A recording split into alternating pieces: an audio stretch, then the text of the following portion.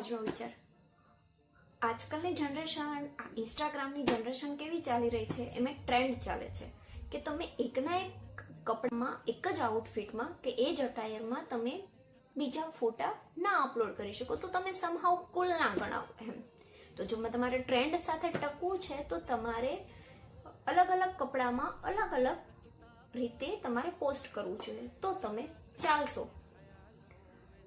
જે લોજિકલી તો નથી યોગ્ય, પણ જો એ ટ્રેન્ડને આપણે લાઈફ લેસન સાથે કનેક્ટ કરીએ ને તો એક બહુ સરસ વિચાર આવ્યો કે જો આપણે એવું કહેતા હોઈએ કે અલગ અલગ કપડામાં આપણે પોસ્ટ કરવું જોઈએ, કે એક સરખા ફોટો જોવામાં કોઈને રસ નથી પડતો, કોઈને ગમતું નથી, તો એક સવાલનો જવાબ આપશો.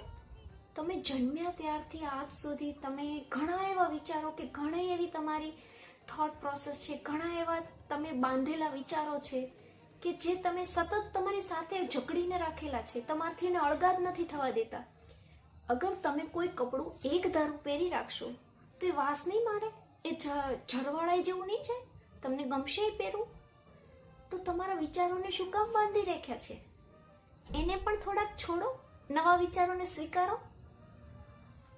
It doesn't mean કે you change every second, but એનો મતલબ એટલો તો ચોક્કસ છે કે તમારે સમય પ્રમાણે બદલાવવું જોશે.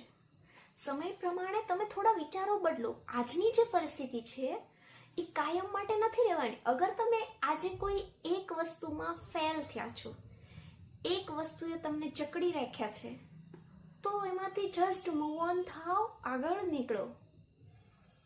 અને નવા કપડાં જેમ બદલો છો એમ નવા વિચારોને સ્વીકારો. You will be happy in your life. તો જસ્ટ કોઈ પણ વસ્તુને જકડી ના રાખો. લાઈફમાં અમુક આમ જ કરવું કે આમ ન જ કરવું, એ વાળી જે થોટ પ્રોસેસ છે ત્યાંથી બહાર નીકળો. I hope you connect with it. Good bye and જય શ્રી કૃષ્ણ.